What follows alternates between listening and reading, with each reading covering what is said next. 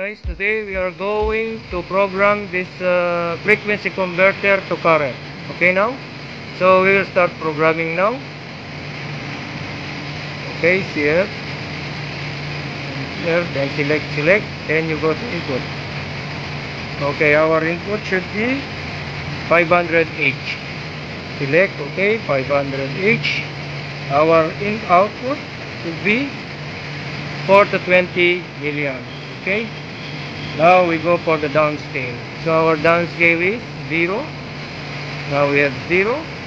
Now for our upscale should be 300.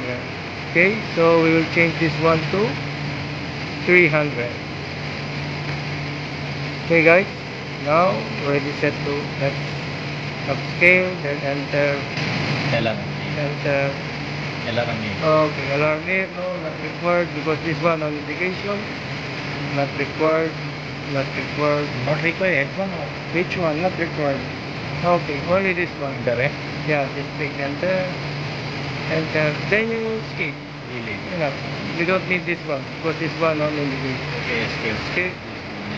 Okay, so this is our card number 1060S, and our card number here is 1060S. Okay guys, so thank you for watching. Please like and subscribe. Okay guys.